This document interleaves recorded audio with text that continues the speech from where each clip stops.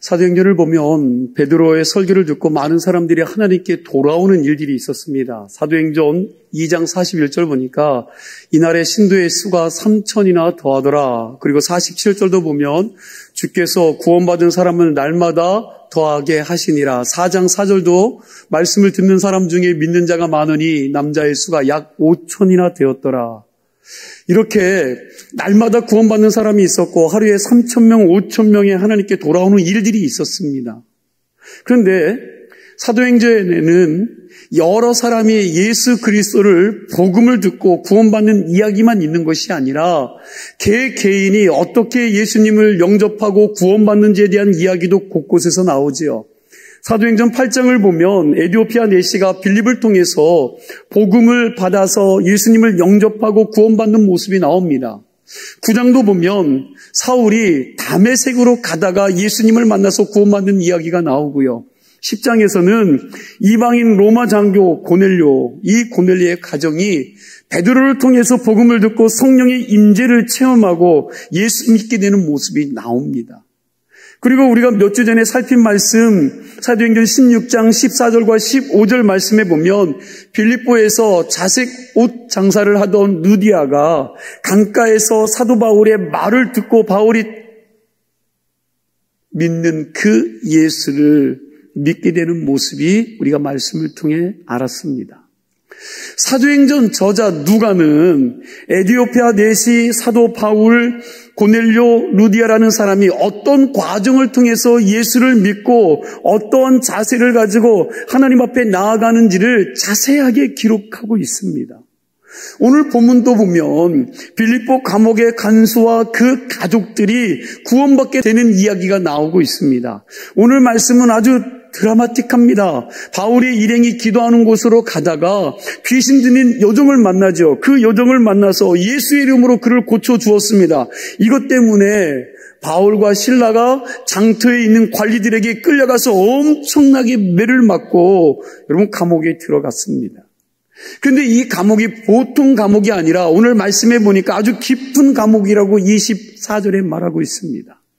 바울과 실라는 억울한 누명을 쓰고 깊은 감옥에 끌려가서 발에 착고가 차이는 단단히 채워지는 것들을 경험했고요. 그리고 그들이 그곳에서 할 수 있는 것이 아무것도 할 수 있는 것이 없었습니다. 그렇게 매를 맞고 끌려갔는데 그곳에서 할 수 있는 게 아무것도 없는 거지요. 이들이 할 수 있는 게 뭡니까? 그렇죠. 오직 기도와 찬양밖에 없었어요. 바울과 실라는 자기들이 할 수 있는 게 아무것도 없음에도 불구하고 여러분 그걸 알면서 여러분 사람에게 구한 것이 아니라 하나님께 도와달라고 하나님의 은혜를 그 감옥에서 구했다라는 거죠. 그랬더니 갑자기 여러분 큰 지진이 일어나서 옥문이 열리는 놀라운 역사가 나타난 겁니다. 그때 감옥문을 지키고 있었던 간수가 옥문이 열린 것을 보고 바울과 사울이 도망간 줄 알고 자기가 가지고 있던 칼을 빼서 어떻게 해요? 자결하려고 했다고 성경은 말씀하지요. 그런데 그 순간에 여러분 크게 소리질러 바울이 말합니다. 우리가 도망가지 않고 여기 있으니까 네 몸을 상하지 말라. 그럼 그렇게 말한 거예요. 이게 계기가 되어서 감옥문을 지키던 이 간수와 그 가정이 예수님을 영접하고 구원받게 되는 놀라운 일이 일어났습니다. 이게 오늘 본문의 내용이에요. 우리는 지난주에 세 부류의 사람에 대해서 이야기를 나누었죠. 첫 번째는 여러분 바울의 일행이고 두 번째는 귀신 들린 여종이었고 세 번째는 그 주인들이 각각 어디에 매여서 사는지를 지난주에 우리가 말씀을 통해 함께 깨달았습니다. 여러분 바울의 일행은 어디에 매였습니까? 다 잃어버리셨죠? 여러분 하나님에 매여서 산 사람들이고 여종은요. 귀신에 매여 살았고 그리고 이 여종의 주인들은요. 그렇죠. 우리가 참 좋아하는 돈. 여러분 돈에 매여 살았습니다. 그렇다면 오늘 본문에 등장하는 간수장은 어떤 종류의 사람일까요? 오늘 첫 번째로 나눌 말씀입니다. 우리 22절에서 27절 말씀을 여러분 잘 보시고 제가 읽어드릴 테니까 눈으로 따라오시기 바랍니다. 무리가 일제히 일어나 고발하니 상관들이 옷을 찢어 벗기고 매로 치라 하여 많이 친 후에 옥에 가두고 간수에게 명하여 든든히 지키라 하니 그가 이러한 명령을 받아 그들을 깊은 옥에 가두고 그 발을 차고에 든든히 채웠더니 한밤중에 바울과 실라가 기도하고 하나님을 찬송하며 제수들이 듣더라. 이에 갑자기 큰 지진이 나서 옥토가 움직이고 문이 곧 다 열리며 모든 사람이 매인 것이 다 벗겨진지라. 간수가 자다가 깨어 옥문들을 열린 것을 보고 제수들이 도망간 줄 생각하고 칼을 빼어 자결하러 하거늘. 여러분, 이 말씀 보니까 감옥을 지키던 이 간수가 어떤 사람이라는 생각이 듭니까? 어떤 생각이 드세요? 이 사람은 어디에 희망을 두고 사는 사람 같습니까?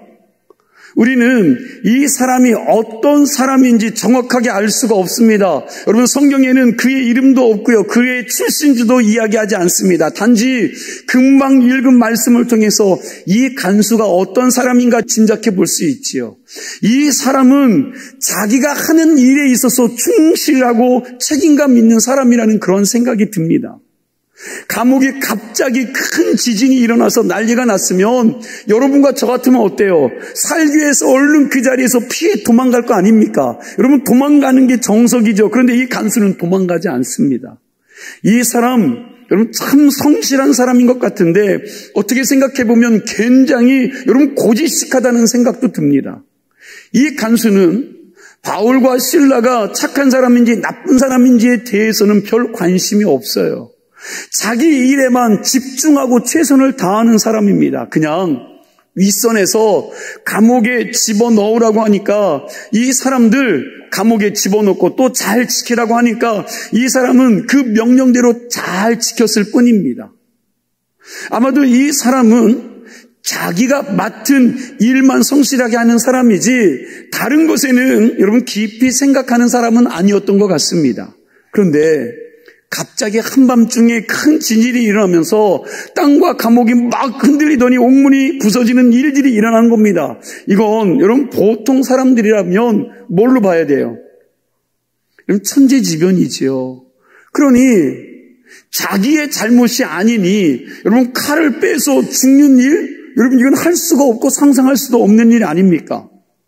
여러분 그냥 그 자리를 잠시 떠났다가 그 밤에 일어난 일들을 이야기하면 되는 거지요. 그런데 이 사람은 옥문이 열리자 죄수들이 다 도망간 줄 알고 칼을 빼서 자결하려고 했다라는 거예요. 지변으로 일어난 일을 여러분 상부에 이렇게 보고하면 되죠. 갑자기 큰 지진이 일어나서 감옥문이 열리고 그들이 차고 있던 착고가 다 벗겨져서 그 죄수들이 도망갔습니다라고 보고하면 되는데 그걸 자기의 책임으로 생각하고 죽으려고 한 거지요. 무슨 이야기입니까? 이 사람은 조직 속에서 자기가 맡은 일에 책임을 다하는 사람이었다는 겁니다. 지난번에 말씀드렸듯이 여러분 빌립보는 로마 품으로 지어진 도시예요.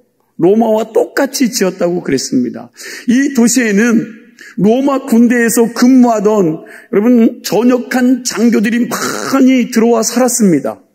그래서 로마 정부가 로마 군대에 충성하다가 제대한 군인들이 들어와서 편하게 살 수 있도록 만들어 놓은 도시가 빌립보라고 말씀을 드렸습니다. 그러다 보니 로마 군 출신들이 이 도시에 많았습니다. 오늘 본문 21절도 말씀 보니까 바울이 귀신 든 여종을 고치고 나니까 뭐라고 말합니까? 로마 사람인 우리가 받지도 못하고 행하지도 못한 풍습을 전한다고 하면서 바울 일행을 고발한 겁니다. 이건 무슨 뜻이에요? 이건 자기들이 로마 사람들이라는 것을 아주 강조하고 있는 말씀입니다. 아마 이 간수도 로마 군대에서 복무하다가 전역한 군 출신이었던 것이라고 추측해 볼 수 있습니다. 이런 사람은 자기가 속한 조직에 충성합니다. 평생 조직 속에 살았기 때문에 로마 제국이 하는 것에 대해서 옳고 그름에 대해서 판단하기보다 그냥 군인 정신이 그 몸에 박혀 있기에 그 군인 정신 가지고 조국이 명령하는 것에 대해서 충성하는 겁니다. 그저 윗선에서 상관들이 명령하면 여러분 거기에 순종하며 산 것이죠. 그렇게 살다 보니까 자기가 속한 조직이 자기를 보호해 주니까 별 불편함이 없습니다. 이런 사람이 가진 여러분 의식은 내가 속한 조직에 최선을 다해서 내가 살면 된다. 내가 황제도 아니고 장군도 아닌데 그냥 위에서 시키는 대로 잘하고 살면 된다라는 의식이 그 안에 있는 거죠. 예전에 이런 분들이 비교적 많았었던 때가 있지요. 그래서 한평생 그 직장에서 생활하는 사람들을 존경했던 시대가 있었습니다. 그런데 오늘날 젊은이들이 어디 그렇습니까? 오늘날에는 참 찾아보기 어려운데 여러분 그럼에도 불구하고 이 순박한 생각을 가지고 세상을 사는 사람들이 더러 있습니다. 이 의식을 가진 사람은 내가 이 조직에서 착하게 성실하게 살았으니까 내게 속한 이 조직이 이 사회가 나를 보호해주고 보장해줄 거야. 내 앞날도 보장해줄 거야 라는 그러한 생각에 여러분 그들은 아주 단순하게 그렇게 생각하고 살아가는 겁니다. 저도 나름대로 여러분 순수하게 살았다고 생각을 하는데 여러분 우리가 사는 세상이 너무 복잡하게 얽히고 설켜 있다 보니 여러분 배신도 많이 당하고 때로는 기대가 무너질 때가 참 많습니다. 사람들을 개인적으로 한 사람 한 사람 만나보면 여러분 악한 사람이 없습니다. 나쁜 사람이 없어요. 다 좋은 사람입니다. 그런데 사람들이 모여서 함께 살고 함께 조직을 만들어가면 그 속에서 시기와 질투가 일어나고 여러분 그 안에 엄청난 술수와 음모가 정말 많은 서로가 서로를 헐뜯고 서로가 서로를 위해서 여러분 잘못된 판단을 하는 그런 일들이 너무 많은 거죠. 여러분 정말 중심을 잘 잡고 정신을 차리지 않으면 어려움을 당하는 삶을 살고 있는 거예요. 이건 여러분 교회도 마찬가지입니다. 사람들이 자기가 속한 조직 속에서 힘을 가지려고 경쟁하고 싸우고 다투고 하는 이런 패턴들을 어디로 가져와요? 여러분 세상에서 하던 그 짓을 그대로 교회로 가져와서 교회 조직 안에서 서로 힘겨루기를 하고 있다는 겁니다. 세상이나 교회나 그런 구조 속에 살다 보니 누가 세냐, 누가 더 힘이 있냐, 누가 더 높냐, 누가 더 많은 것을 가지고 있냐, 여러분 이런 것들을 싸우다가 정작 일 못하고 모든 에너지와 시간을 그곳에 낭비하며 세월을 허비하는 자들이 얼마나 많은지 알 수가 없다는 거예요. 사람이 순수하고 정직하게 사는 것이 쉽지 않습니다. 그러나 오늘 본문에 나오는 이 간수는 그래도 여러분 자기의 성실성에 희망을 두고 순수하게 살았던 사람인 것처럼 보입니다. 이에 반해 이 간수의 위에서 군림했던 윗선들은 여러분 그 일을 맡기고 명령을 내려놓고 여러분 그 조직의 그 상관들은 아주 무책임하게 그 일들을 이에게 맡긴 것을 우리가 보게 되지요. 본문 22절과 23절 말씀을 우리 함께 보겠습니다. 무리가 일제에 일어나 고발하니 상관들이 옷을 찢어 벗기고 매로 치라 하여 많이 친 후에 옥에 가두고 간수에게 명하여 든든히 지키라 하니. 자, 이 상관들이 어떤 사람들입니까? 오늘 말씀에 뭐라고 말해요?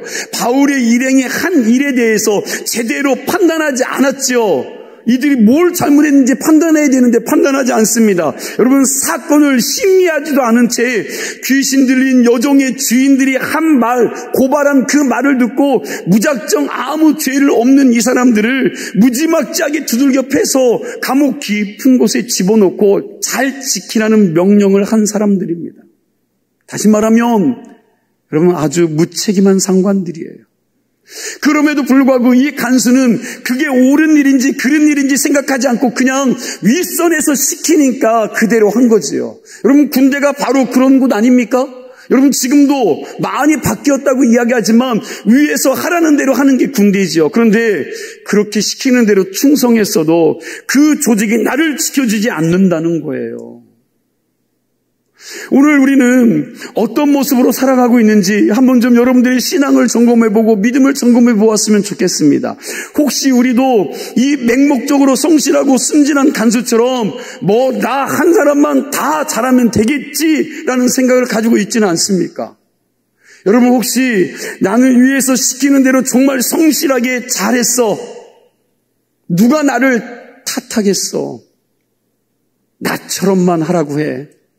나는 아무 책임도 잘못도 없어. 오직 성실하게 내 맡은 일들을 열심히 최선을 다해서 살았을 뿐이야 하면서 자기 자신을 합리화하거나 나의 성실을 의로 여기며 살고 있지는 않느냐는 거예요. 저도 한때는 그렇게 생각했던 사람이라 오늘 이 말씀을 준비하면서 정신이 번쩍 들었습니다. 결국 나 자신을 위해서 한 거 아닙니까? 여러분 그 의라는 게 여러분 그 일들이 여러분 대부분 생각해 보면 나를 위해서 한 거죠. 나 자신을 위해서 한 것인데 그걸 마치 대의를 위해서 다른 사람을 위해서 희생한 것처럼 억울해하고 분해한다면 여러분 그건 뭔가 잘못된 거예요. 여러분과 제가 성실하면 얼마나 성실하고 여러분과 제가 거룩하면 얼마나 거룩하겠습니까? 내가 정말 하나님이 인정하실 만큼 성실하고 책임감이 있는 사람입니까? 여러분 정말 그런 사람들이세요? 저 같은 사람은 여러분 10살 때부터 여러분 지금까지 새벽잠을 포기하고 살았어요. 아버지가 돌아가시고 나서 여러분 새벽 신문만 7년을 돌렸습니다. 4시에 일어나서. 잠깐 고등학교 기숙생활 하는 거 빼고는 여러분 나머지 날들은 새벽 기도하고 정말 주님 앞에 거룩게 살려고 몸부림쳤습니다. 그렇지만 그걸로 제가 성실하다는 생각은 하지 않아요. 왜? 제가 부족하다는 것을 너무나도 잘 알기에 나의 성실성을 신뢰하지 않고 인정하지도 않습니다. 저는 다만 한순간도 하나님이 저를 붙들어주지 않으면 이 우둔한 나에게 깨닫는 은혜를 베풀지 않으시면 내가 살아낼 수 없는 것을 알았기 때문에 그 하나님 앞에 새벽마다 붙들고 기도하고 그 주님 붙들고 나갔을 뿐이지 그런 것들이 내게 무슨 의의가 될 수 있겠습니까? 착하고 성실하기로는 둘째가라면 소로알 목사님이 계셨어요. 이 목사님이요 전사 때 교회에 전도사로 부임했습니다. 그런데 그 교회에 조그만 여러분 화장실 옆에 있는 창고에서 오랜 시간 그곳에서 먹고 사역을 하게 했습니다. 그 얘기를 듣고 축구 목사가 그러죠. 야 어떻게 너희 담임 목사님은 어떻게 그렇게 창고에서 살게 만드냐. 야 우리 강아지도 그곳에서 키우지 않겠다. 여러분 그렇게 이야기했대요. 그런데도 그 전도사님은 하나님이 주신 연단이라고 생각한다면서 고지식하게 그 사역을 감당했다고 합니다. 그때는 그렇게 하는 것이요 나를 만들어가는 연단이라고 생각을 했습니다. 그 당시에는 그랬어요. 그런데 나이 들어서 하는 말이 자기가 착하기도 한 것도 있지만 너무 사람들의 눈을 의식하면서 살았다는 거예요. 목회도 교인들이 많이 의식하면서 교인들이 우리 목사님 진짜 열심히 한다는 소리를 듣고 싶어서 한 것이 더 많더라는 것입니다. 사실 이게 솔직한 고백 아닐까요? 교회에서 봉사하고 섬기는 사람들이 정말 그렇게 하나님을 사랑하고 교회를 사랑해서 성실하게 일을 하는 겁니까? 여러분 보세요. 여러분 자신을 내가 정말 교회를 사랑하고 하나님을 사랑하고 성도들을 사랑해서 그 일들을 성실히 감당하는 겁니까? 아니면 남들이 나를 어떻게 봐줄까? 이 사람들이 나를 어떻게 생각할까 하면서 사람들의 시선, 사람들의 눈을 의식하면서 여러분 열심을 내는 겁니까? 아마도 많은 분들이 후자 쪽에 사람들이 훨씬 많을 것이라는 생각을 해봅니다. 그런 가식적인 신앙의 모습과 자기 스스로 성실하다고 생각하면서 거기에 희망을 두고 살아간다는 것 자체가 사실은 어리석은 일 아닙니까? 이 말은 여러분 나의 성실함에 희망을 걸지 말라는 말이지 여러분 성실하게 살지 말라는 말이 아니에요. 여러분 오해해서 들으셔서는 안 됩니다. 저와 여러분들이 자기의라는 감옥에 빠져 살 수 있기 때문에 여러분 자기의라는 감옥에서 빠져나올 수 있는 복된 자들이 되길 원합니다. 자기를 믿고 사는 올무에서 빠져나오는 성도들이 되기를 축원합니다. 이제 두 번째로 바울과 실라의 모습을 한번 생각해 보겠습니다. 우리 25절과 26절 말씀 함께 읽습니다. 한밤중에 바울과 실라가 기도하고 하나님을 찬송하며 죄수들이 듣더라. 이에 갑자기 큰 지진이 나서 옥토가 움직이고 문이 곧 다 열리며 모든 사람의 매인 것이 다 아멘. 바울과 실라는 억울하게 옥중에 갇히면서 잠도 자지 않고 한밤중에 하나님께 찬송과 기도를 했습니다. 그런데 얼마 안 있어 갑자기 큰 지진이 일어나고 감옥이 흔들리면서 옥문이 열렸습니다. 이건 분명히 누가 하신 거예요? 하나님이 하신 일입니다. 이것은 하나님이 바울과 실라를 감옥에서 나가라는 그런 사인입니다. 빨리 그곳을 탈출하라는 하나님의 신호가 틀림이 없습니다. 그런데 바울과 실라가 나가요, 안 나가요? 안 나갑니다. 왜요? 27절과 28절 말씀 보니까 간수가 자다가 깨어 옥문들이 열린 것을 보고 죄수들이 도망간 줄 생각하고 칼을 빼어 자결하려 하거늘 바울이 크게 소리질러 이르되 내 몸을 상하지 말라. 우리가 다 여기 있노라. 여기 있노라. 이렇게 외치지 않았습니까? 바울은 하나님의 기적을 일으켜서 하나님이 기적을 일으켜서 옥문을 열어주었는데도 안 나가고 거기 있는 것. 거기 있었던 겁니다. 왜요? 왜 안 나갔어요? 누구 때문에? 간수 때문에요. 29절 말씀에 보면 바울이 소리를 지르는 것을 듣고 간수가 등뼈를 달라게 해서 감옥에 들어갔는데 정말 사람들이 그대로 있는 거예요. 아마도 이때 여러분 이 간수의 마음은 어마어마하게 복잡했을 겁니다. 도대체 이 사람들은 누구인가? 감옥이 열렸는데 도망가지 않았는데 왜 안 도망갔을까? 이 사람들이 이 감옥 속에서 두렵지는 않았을까? 정말 두렵지 않아서 이들이 가지 않은 건가? 여러분 여러 가지 생각들이 들었겠지요. 그러면서 드는 생각이 이 사람들을 자기 상관들이 깊은 옥속에 넣어두라고 했는데 잘 지키라고 했는데 이 사람들이 그렇게 나쁜 죄인들이 아니라는 생각이 든 겁니다. 그렇게 나쁘고 잔인 무도한 그런 범죄자였다면 여러분 문이 열리자마자 도망가야 되죠. 왜? 생명의 위협을 느낄 때니까. 그런 생각이 드니까 이 사람들이 도대체 누구인가? 이 사람들은 어떤 사람인가? 라는 의문이 그 안에 든 겁니다. 이 사람들이 누구인지는 모르지만 그러나 분명한 것은 이 사람들은 나와는 차원이 다른 사람이라는 생각을 한 겁니다. 그러니까 이 간수는 자기가 세상 살면서 그동안 경험해 보지 못했던 사람들을 만나게 된 거예요. 이제까지 세상 살면서 자기가 충성했던 로마 제국의 권위자들 그리고 자기가 속한 조직의 상관들과는 다른 권위를 바울과 실라를 통해서 느낀 겁니다. 그래서 바울과 실라 앞에 엎드려 고백하지요. 30절 말씀에 오니까 선생이여 내가 어떻게 하여야 구원을 받으리까 했습니다.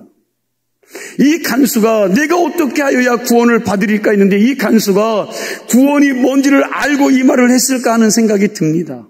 그리고 이건 자기 목숨을 구해달라는 말이 아닌 것이 틀림이 없습니다. 어차피 이 간수는 귀신 들린 여종이 바울의 일행을 며칠 동안 쫓아다니면서 한 말 뭐예요? 이 사람은 지극히 높은 하나님의 종으로서 구원의 길을 너희들에게 전하는 자라고 한 그 음성들이 생각났을 것입니다.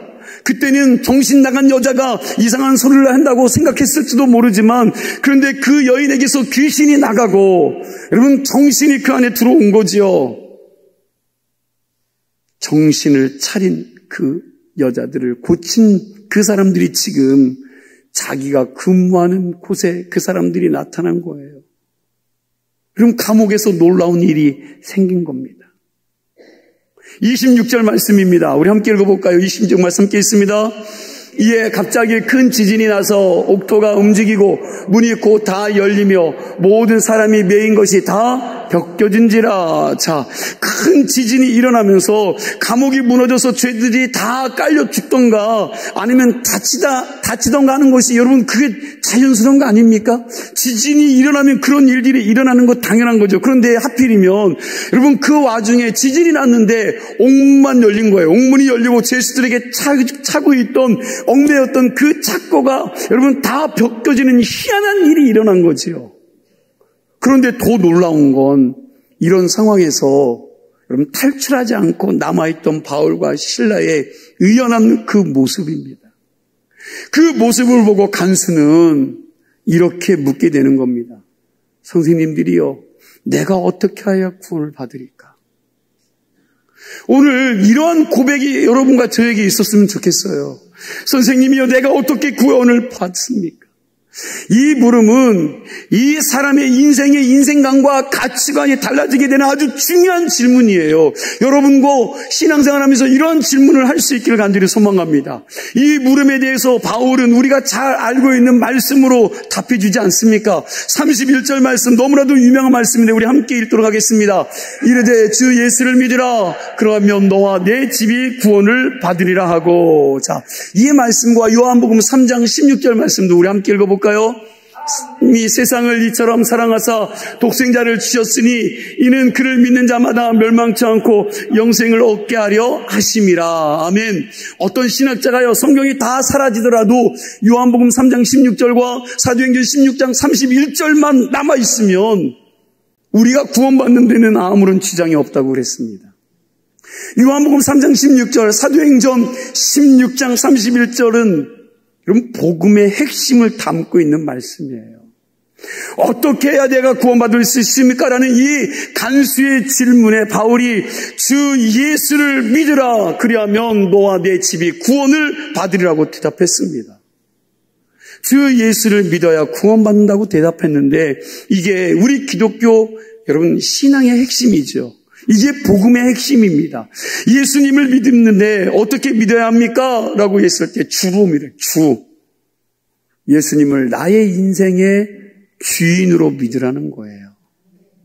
이 당시는 로마 황제를 주인으로 섬기던 시대 아닙니까? 로마 황제가 자기들의 주인이요, 이 세상의 주인이었습니다. 주라는 말이 퀴리오스라는 말인데 이건 로마 황제를 가르치는 말입니다. 로마 황제를 주라고 부르던 그 시대에 여러분 바울이 그 간수에게 뭐라는 거예요? 예수님이 우리의 인생의 주인이니까 그분을 주님으로, 그분을 주인으로 믿으라고 선포한 겁니다. 우리가 예수를 믿는다는 것은 그분을 우리의 삶의 주인으로 여기고 산다는 말인 줄로 믿으시기 바랍니다. 여러분, 우리는 인간의 선행으로 어떤 고행을 통해서 구원을 얻는 것이 아니에요. 인간이 아무리 착하고 깨끗하게 산다고 해도 인간이 땅에서 쌓아 올린 여러분의 의와 여러분들의 선이 하늘까지는 닿을 수 없습니다. 구원은 하나님이 하늘에서 길을 열어주셔야만 가능한 줄로 믿습니다. 그런데 그 길을 누구를 통해서요?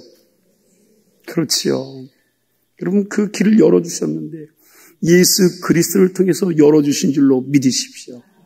그러니까 구원은 하나님이 우리 인간의 죄의 문제를 해결하기 위해서 당신의 아들 예수 그리스도를 이 땅에 보내셔서 가장 추악한 죄인을 죽이는 그 십자가형에서 돌아가게 하셔서 그를 죽이고 부활하신 그 사실을 믿는 것서부터 시작된다는 거예요. 예수님이 내 추악한 이 죄의 문제를 십자가 아래에서 해결했다는 것을 믿을 때에 구원의 문이 열리는 줄로 믿으시기 바랍니다. 예수라는 이름의 뜻이 뭡니까? 자기 백성을 그들의 죄에서 구원할 자이지요. 이 예수라는 이름은 구약에 나오는 여호와와 같은 뜻입니다.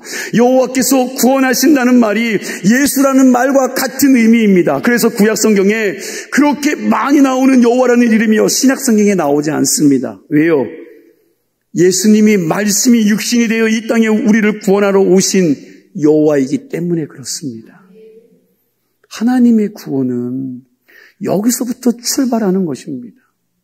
예수가 나의 구원자라는 것을 받아들이고 믿는 겁니다. 구원은 하나님이 우리를 위해서 하신 일을 받아들이고 인정하는 것이 구원이에요.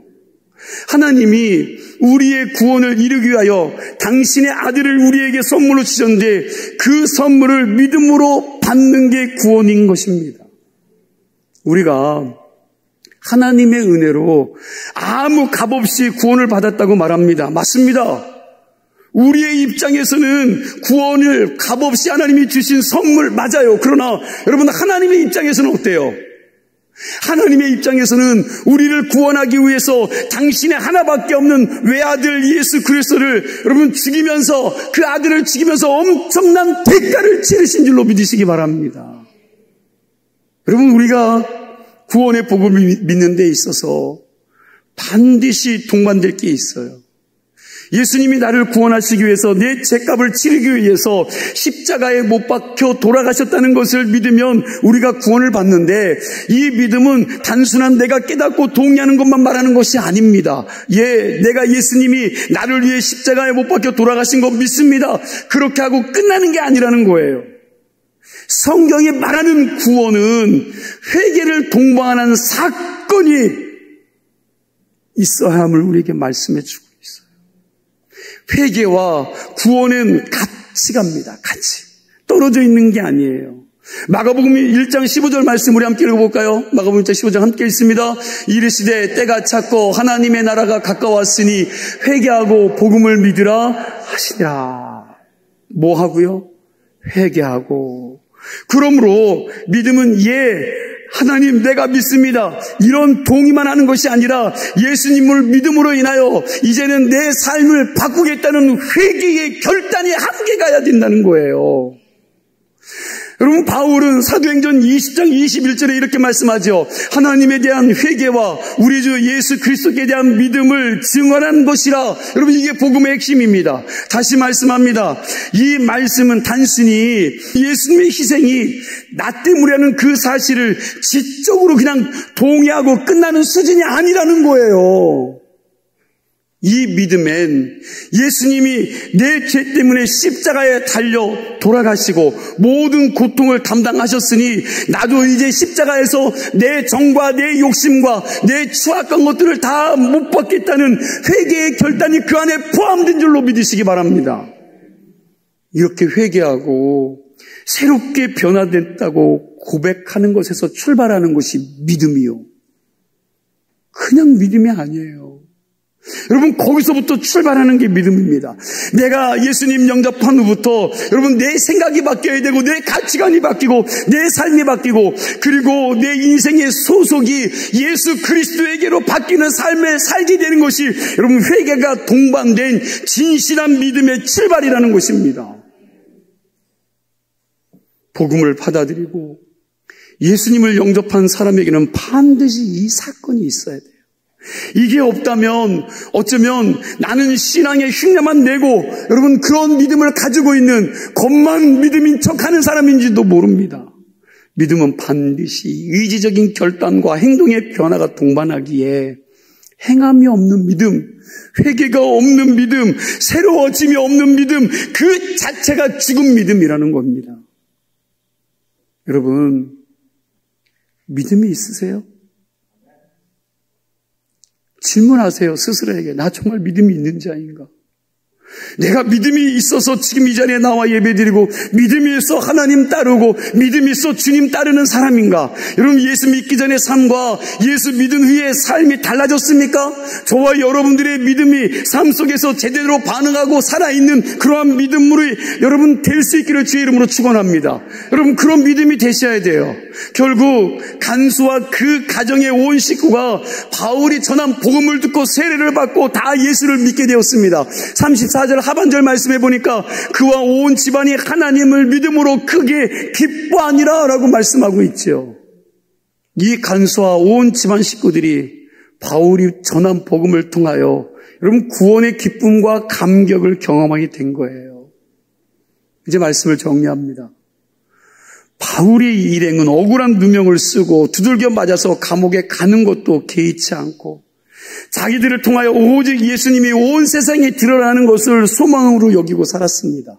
그리고 그 길을 끝까지 간 사람들입니다. 도중에 포기하지 않았다라는 거예요. 사도 바울은 빌립보서 1장 20절에 이렇게 고백을 하죠. 여러분과 저의 고백이 되기를 원합니다. 함께 고백합니다. 나의 간절한 기대와 소망을 따라 아무 일이든지 부끄러워하지 아니하고 지금도 전과 같이 온전히 담대하여 살든지 죽든지 내 몸에서 그리스도가 존귀하게 되게 하려 하나니. 아멘. 살든지 죽든지 내 몸에서 누가요? 그리스도가 존귀하게 되게 하라니 바울은 자기가 죽든지 살든지 자기를 통해서 예수 그리스도가 존귀함을 받는 것이 자기의 소망이라고 고백하고 있는 줄로 믿으세요. 오늘 이 고백이 여러분과 저의 고백이 되어야 될 줄로 믿습니다. 평생 예수 믿어도 이러한 고백 없이, 이러한 삶이 없이 살아가는 자들이 아니라 이러한 고백을 하면서 하나님, 내 소망은 죽든지 살든지 주를 위한 것입니다라고 고백하는 신앙들이 다 되셔야 된다는 겁니다. 저와 여러분들이 귀신 들린 여종의 주인처럼 도움 몇 분의 1의 인생을 걸어서는 안 됩니다. 또한 간수처럼 하나님의 내 인생을 향한 소명에는 무관심한 채 그냥 시키는 대로 맹목적으로 충성하면서 자기의 성실에다가 나의 미래에 대한 희망을 걸고 나는 잘 살고 있다고, 난 잘 살았다고 여러분 스스로 위로하면서 살아서도 안 됩니다. 바라기는 우리가 내 안에 계신 예수 그리스도, 나의 길이 되시고 진리가 되시고 생명이 되시는 그분을 의지하고 우리의 주인 되시는 예수님께만 소망을 두고 시선을 그 안에 고정시키고 그분을 바라보면서 하나님이 기뻐하시는 신앙을 소유하고 삶을 살아내는 사랑하는 성도들이 다 되시기를 주의 이름으로 축원합니다. 하나님 감사합니다.